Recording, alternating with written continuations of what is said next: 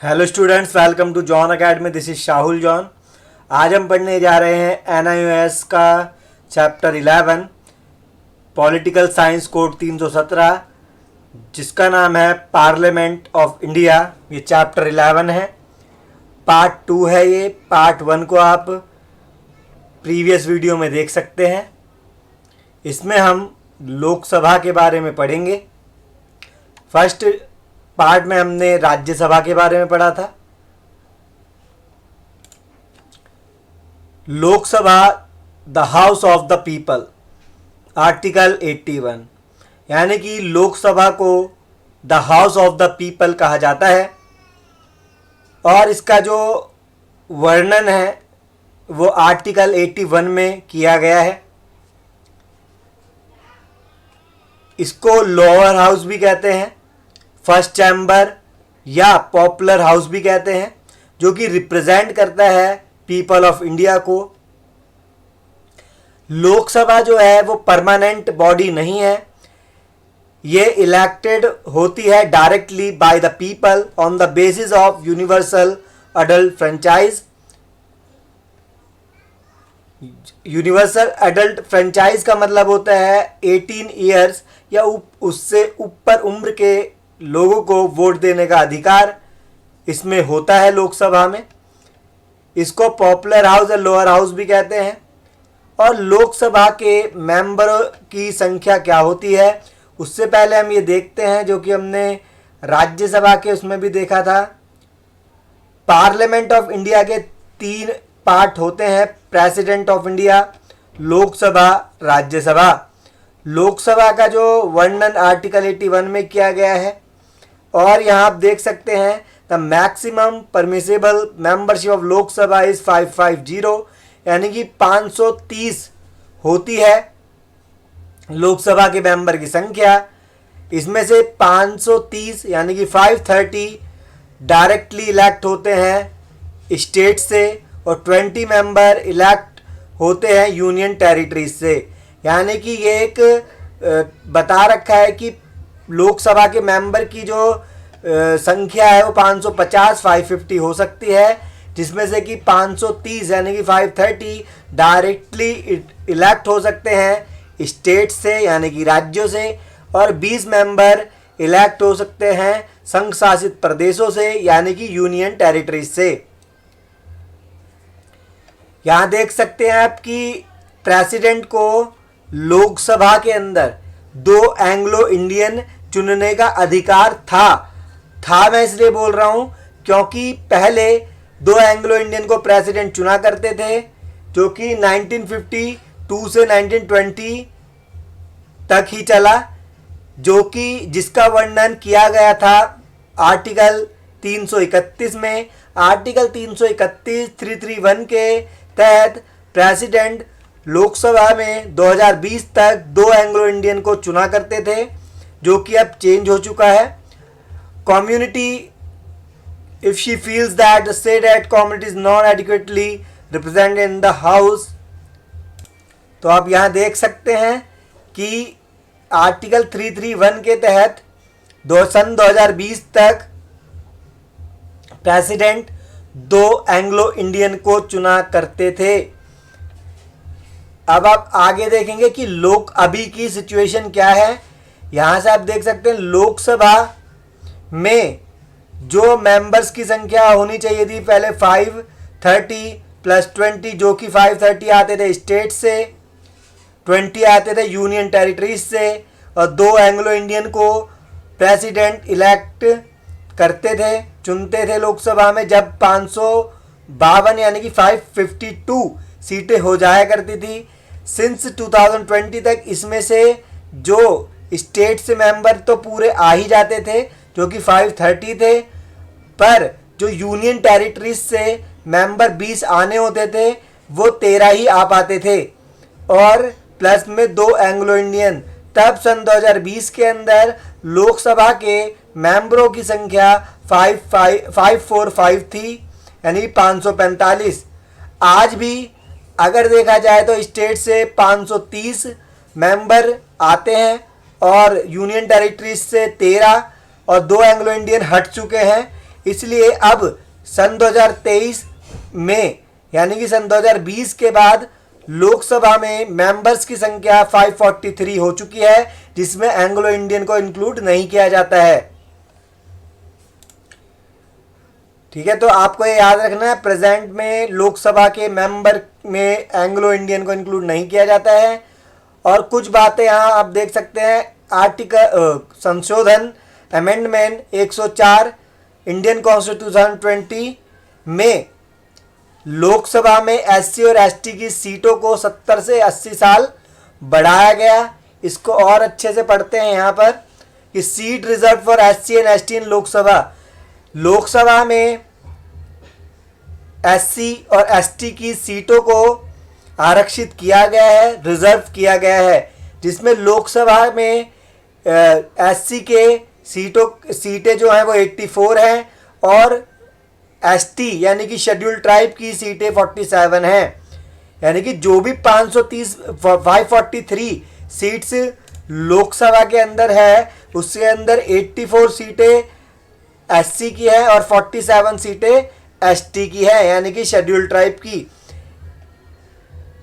जो कि जिसका वर्णन आर्टिकल 330 यानी कि 330 में मिलता है। अमेंडमेंट कब हुआ आप यहां देख सकते हैं इनकी सीटों के लिए। Article 334 of the constitution mandate the seat reservation and in 1960। तो यहां पर आप देख सकते हैं कि रिजर्वेशन 1960 तक 1960 तक बढ़ा इनके लिए कि इनकी सीटों में कमी ना की जाए।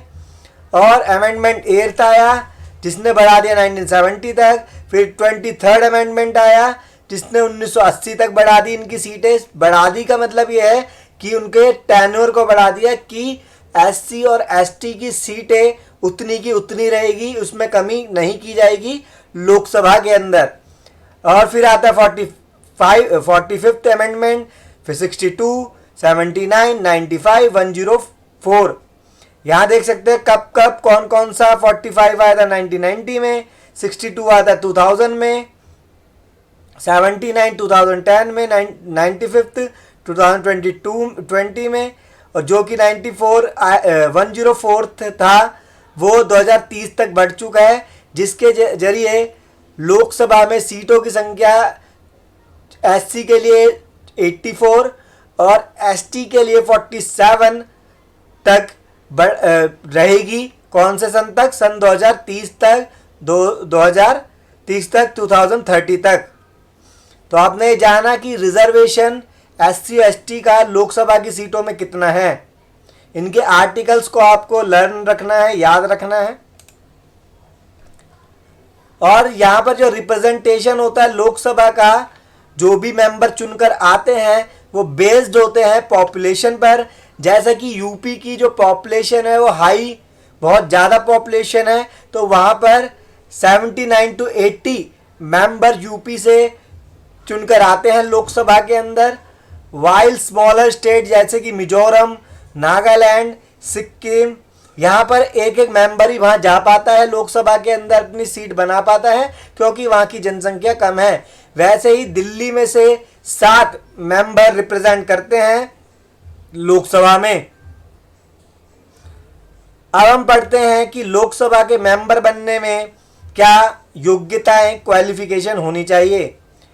अब जो भी मेंबर हैं जो कि लोकसभा के मेंबर को चुनते हैं उनकी एज 18 ईयर्स या उससे ज़्यादा होनी चाहिए जो कि लोकसभा मेंबर को चुने। और लोकसभा मेंबर यानी कि वो जब कैंडिडेट बनेगा लोकसभा का, उसकी उम्र कितनी होनी चाहिए? तो 25 ईयर्स वो पूरे कर चुका हो और किसी प्रॉफिट के पोस्ट पे ना हो, यानी कोई गवर्नमेंट जॉब ना लेता हो। और अगर एससी एसटी से है तो वो भी अपनी सीटों को देख सकता है कि कितनी रिजर्व की गई है। तो ये है क्वालिफिकेशंस मेंबर बनने की लोकसभा के, यानी कि मेंबर ऑफ पार्लियामेंट। अब उनका टेन्योर क्या होता है? The normal term of Lok Sabha, वैसे 5 ईयर्स का इनका कार्यकाल होता है, 5 साल तक इनको चुना जाता है, जिसमें से कि president on the advice of council of minister may dissolve it before the expiry of 5 years। और अगर जब तक लोकसभा भंग ना हो तब तक प्रधानमंत्री अपनी पोस्ट पे रहता है, और प्रेसिडेंट अगर चाहता है तो काउंसिल ऑफ मिनिस्टर्स के एडवाइस पर लोकसभा को भंग कर सकता है, डिसॉल्व कर सकता है।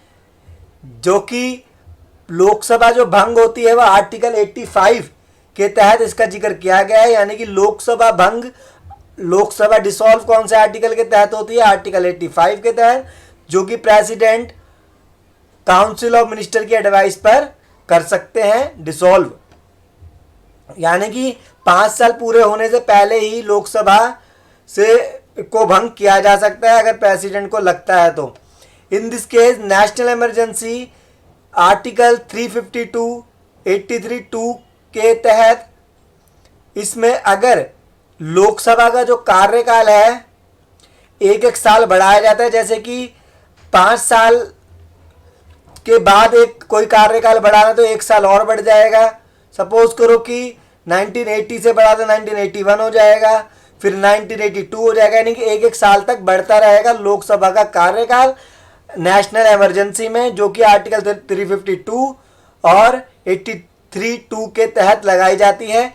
अगर यह इमरजेंसी खत्म हो जाती है तो इसको 6 महीने के अंदर अंदर इस इमरजेंसी को बंद करना होगा। ये 6 महीने से ज़्यादा इसको नहीं बढ़ा सकते हैं। On several occasion Lok Sabha dissolve prior to the end of its term. और बहुत सारे ओकेजन पे लोकसभा को पहले ही उसके टर्म पूरे होने से पहले ही खत्म कर दिया जाता है, यानी कि डिसॉल्व या भंग कर दिया जाता है। अब जो कई बार लोकसभा जो कब पहले ही 5 साल से पहले कब भंग हुई है या डिसॉल्व कब हुई है वो आप यहाँ देख सकते हैं। जब 12वीं लोकसभा थी 1998 में, तब डिसॉल्व हो गई थी वो लोकसभा 1999 में, जो जिसमें बीजेपी की सरकार थी और प्राइम मिनिस्टर थे अटल बिहारी वाजपेयी। और ऐसा ही एक किस्सा आप यहाँ देख सकते हो। 42nd अमेंडमेंट एक्ट 1976 में इंदिरा गांधी जी ने, जो कि कांग्रेस पार्टी की प्राइम मिनिस्टर यानी कि इंडिया की प्राइम मिनिस्टर थी, कांग्रेस पार्टी से थी, उन्होंने लोकसभा का कार्यकाल 5 साल से 6 साल तक बढ़ा दिया था। आपको ये याद रखना है कि लोकसभा का कार्यकाल या टेन्योर 5 से 6 ईयर कब हो गया था? वो हो गया था 42nd अमेंडमेंट 1976 में। और तब बाद में आती है जनता पार्टी की सरकार यानी कि मोरारजी देसाई की सरकार, जो कि 44th अमेंडमेंट को ले आती है 1978 में, और दोबारा से लोकसभा का टेन्योर रिस्टोर कर लिया जाता है। यानी कि फिर से वो 5 साल का कार्यकाल या टेन्योर स्टार्ट हो जाता है। तो आपको बात याद रखनी है, 42nd अमेंडमेंट में, जो कि 1976 में हुआ था, लोकसभा का कार्यकाल 5 से 6 साल बढ़ गया था। बाद में आती है जनता गवर्नमेंट, मोरारजी देसाई की सरकार, जो कि 44 अमेंडमेंट एक्ट 1978 में लोकसभा को दोबारा से रिस्टोर इसमें कर लिया जाता है।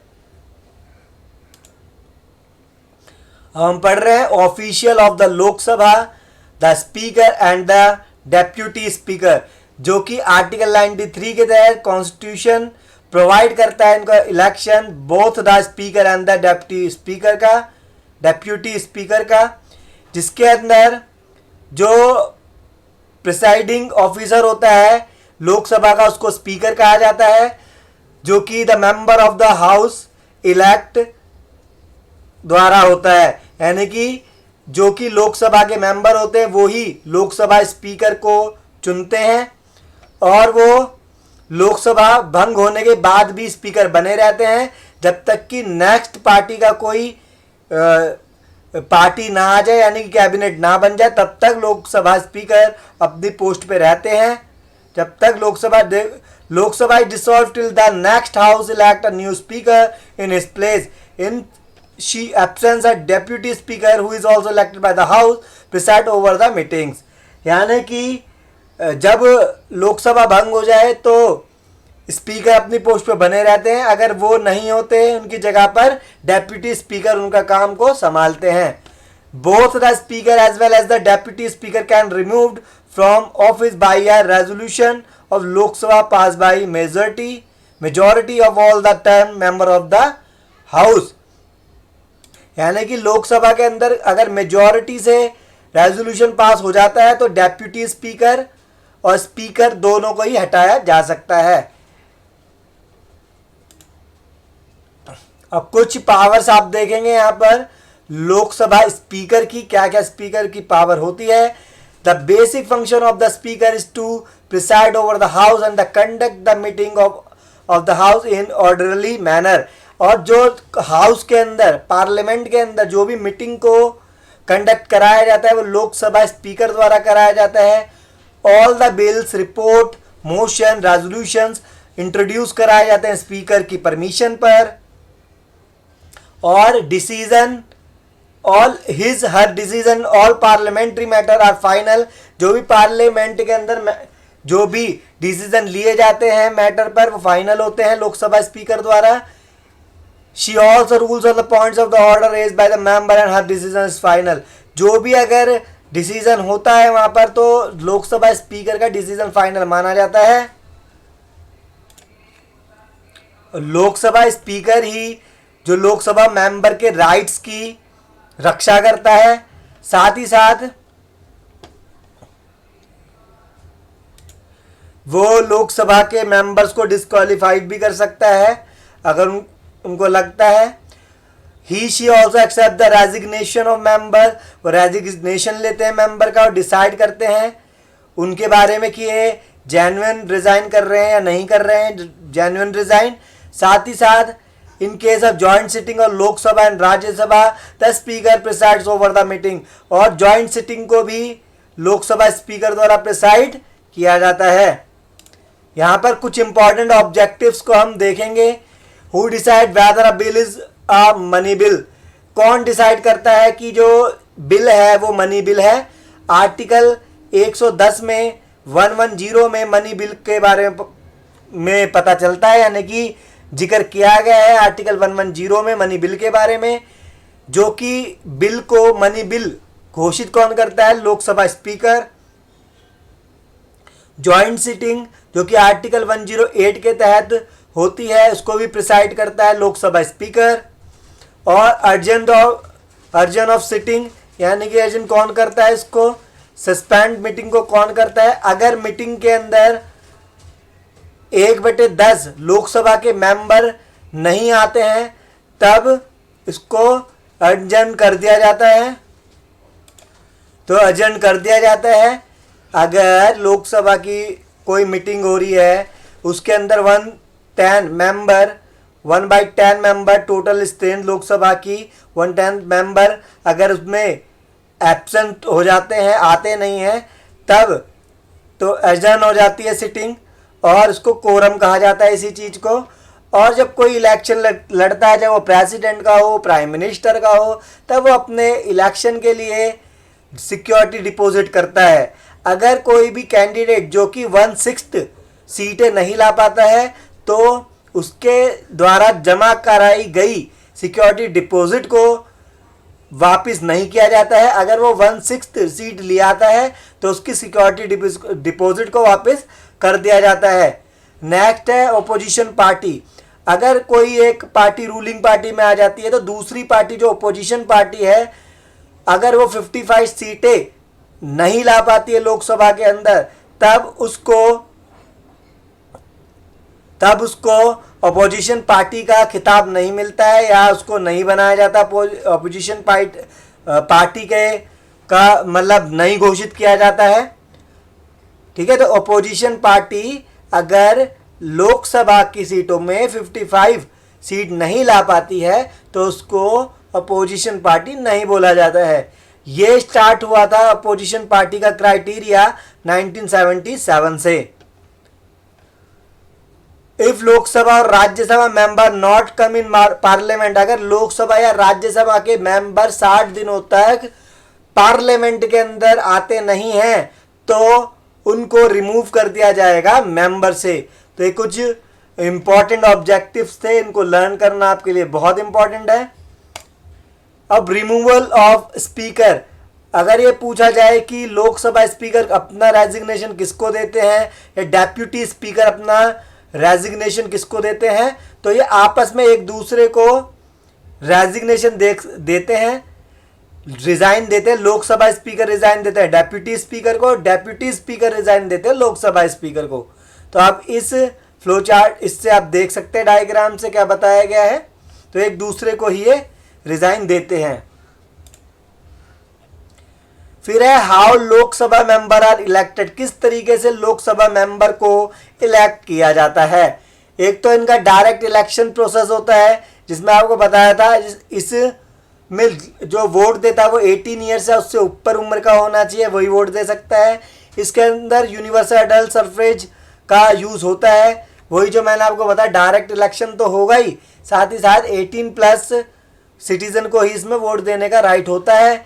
और नेक्स्ट है first pass the post voting, इसके अंदर first pass the post voting को ही इम्पोर्टेंस दिया जाता है। इसका मतलब यह है कोई भी एक कैंडिडेट अगर एक भी वोट आगे आ जाता है तो उसको ही विजयी घोषित कर दिया जाता है, उसको ही जीता हुआ मान लिया जाता है कि वही जीता है, चाहे वो एक वोट से क्यों ना जीता हो।